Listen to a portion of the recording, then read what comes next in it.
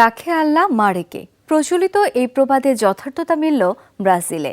Sao পাওলোতে বিধ্বস্ত হওয়া বিমানে থাকার কথা ছিল আরও 2 যাত্রীর, তবে দেরি করে পৌঁছনোই মিস করেছেন ফ্লাইট, আর তাতেই বাঁচল প্রাণ।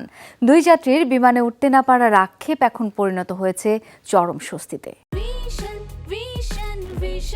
100% কপার কন্ডেন্সারে তৈরি ভিশন ফ্রিজ, তাই গুণে মানে অটুট থাকে বছরের পর বছর। ঘটনার পর কেউ জীবিত থাকলে সেটি হতো অলৌকিক। এই ফ্লাইটেই থাকার কথা ছিল আরও 2 জনের, তবে দেরিতে বিমানবন্দরে পৌঁছানোর কারণে তাদের রেখেই উড়ে গেছে বিমান। অনুরোধ তর্ক জোরাজুরির পরও প্রবেশ করতে দেয়নি কর্তৃপক্ষ। সঠিক সময়ে বিমানবন্দরে পৌঁছাতে না পারাই সৌভাগ্য নিয়ে এসেছে তাদের জীবনে।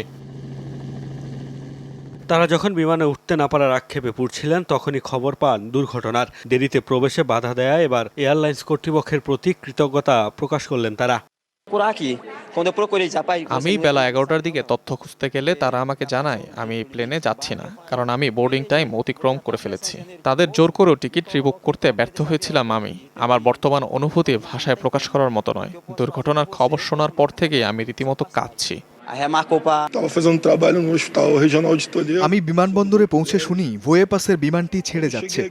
বিমানে চড়ার জন্য আমি একজনের সাথে তর্কও করেছিলাম। এখন মনে হচ্ছে সে আমার জীবন বাঁচিয়ে দিয়েছে। আমি আবারও তার সাথে দেখা করতে চাই।